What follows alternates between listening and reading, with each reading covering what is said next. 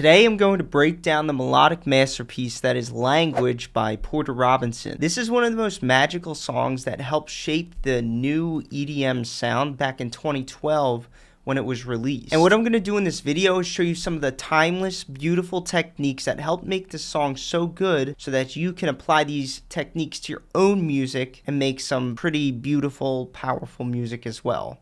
So let's go ahead and jump into it. The song starts with one of the most beautiful sounds ever invented. And to make that sound, we're going to use XFER Serum. We're going to initialize the preset, grab a sawtooth wave, turn on the filter, tighten up the filter, go to envelope 2, drag it over the cutoff knob, and pull this blue thing back a little bit so the sound is deep. And then we're going to turn down the sustain a little bit and the decay, and then we get this pluck sound.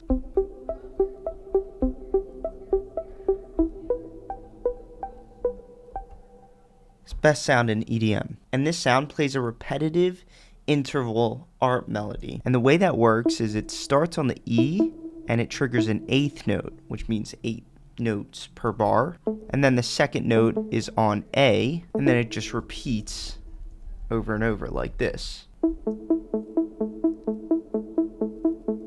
Any melody that is 5 steps apart like this, or 7 semitones apart, can create the most beautiful harmonies when you align these with a set of chords, and you're going to see that in a minute.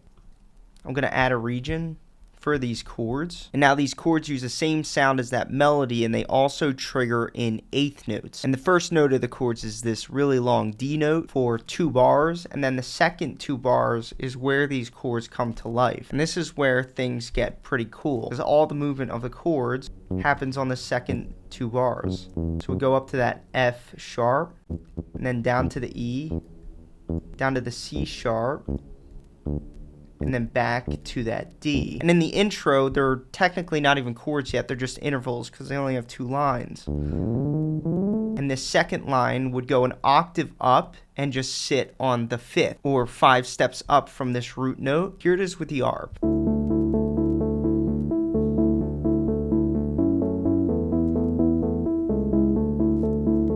Isn't that like beyond beautiful? That is just a weightless harmony.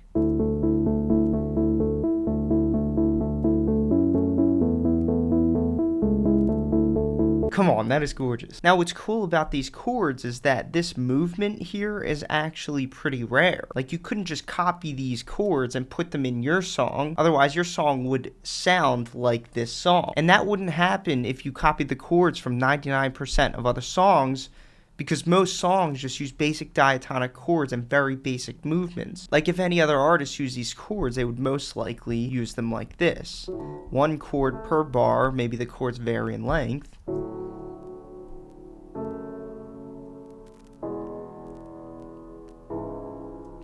They're still pretty, but they're not unique. The third melodic line to this intro was this nice piano melody. I'm going to use the native instruments, the giant piano.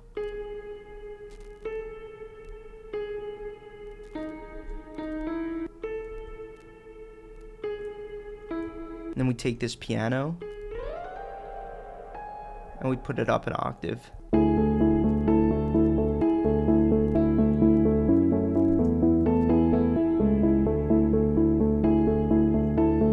Isn't it just weightless? Then the intro, it does this whole sequence 4 times. Now right here is where things get really cool. The song takes an aggressive leap in expression. The chords stay the same and the melodies stay similar, but the sounds get really big. And I believe it's one of the most satisfying transitions of the time. I'm going to take the chords, and then the chords upgrade to this bigger synth sound. But technically it's not a different sound, it's the same sound as this.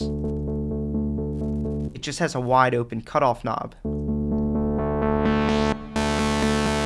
And also more unison.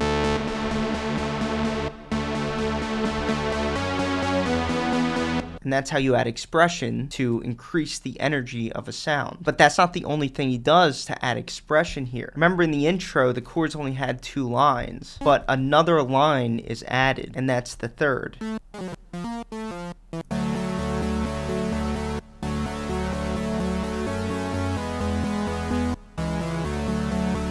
Now what this teaches us is that when you're arranging songs, a very satisfying way to keep your arrangement interesting is to not use all of your notes early in the song so you have something to build up into. If you use all your material too early in the song, it'll be really hard to build up into something, and you'll run the risk of having an arrangement that isn't satisfying. Now this ARP melody also upgrades into a bigger synth sound.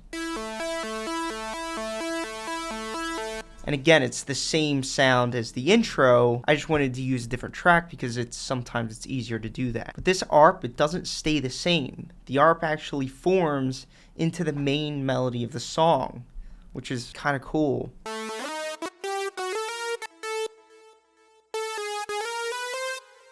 And then we get something like this.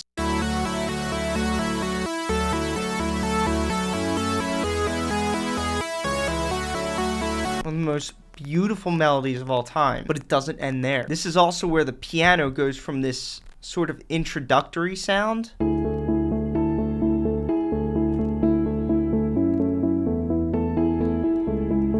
to a really big, satisfying melody. Because we're in the chorus, I'm going to take this piano and increase the velocity of it. That's massive.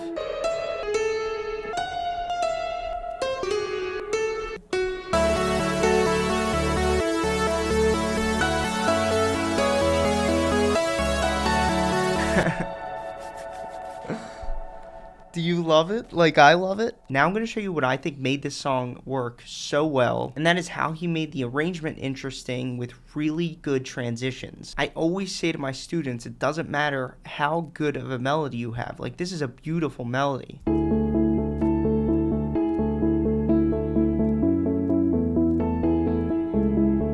But if you can't arrange that melody, make it interesting, you have nothing. So there's two major transitions in this song. There's when we go from the mellow melody to the big synths, and then there's the other transition from the breakdown into the drop. I'm going to remake this transition because this is the one that I think is one of the most satisfying transitions that I've ever heard. This transition, without any transitional details, sounds like this.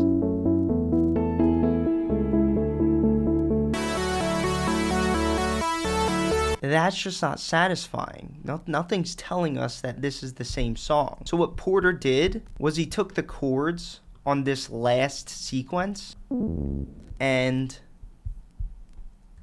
just sustained them. And that's very suspenseful when you sustain the chords and you stop making them move like that. And then the second thing is that he automated the cutoff knob. So we're just gonna go to the end here and open these up. And then we'll get this very suspenseful sound.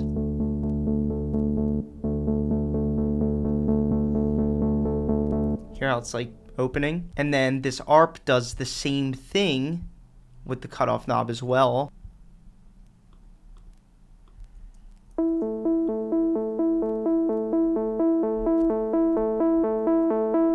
And then he had a lot of transitional effects, and this is what really made the transition come to life. Listen to just the transition effects, it's kind of funny.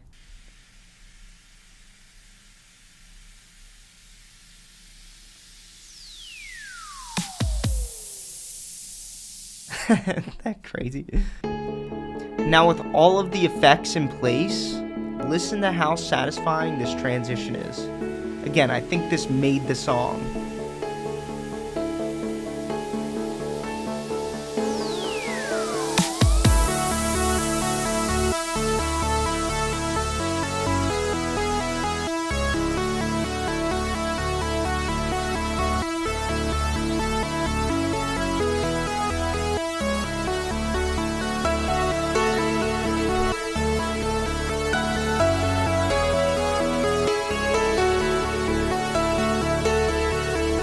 That is why this song was so good, because he did these satisfying shifts in the arrangement, and that was so cool back then in 2012. And to this day, the biggest artists in EDM still are doing this type of stuff. That's a video for you guys. If you'd like to learn more about sound design, music theory, and arranging songs, I have a structured step-by-step learning program to learning music production and songwriting, and it's called EDM Bootcamp. There's a link to this program right below this video. This course is self-paced, but you are not entirely on your own. It comes with full access to my inner circle, and that's where you can receive feedback on all of your assignments and also feedback on your music as well. If this sounds like something that interests you, click the link below and let's get started today. And as always, stay tuned for the next video lesson.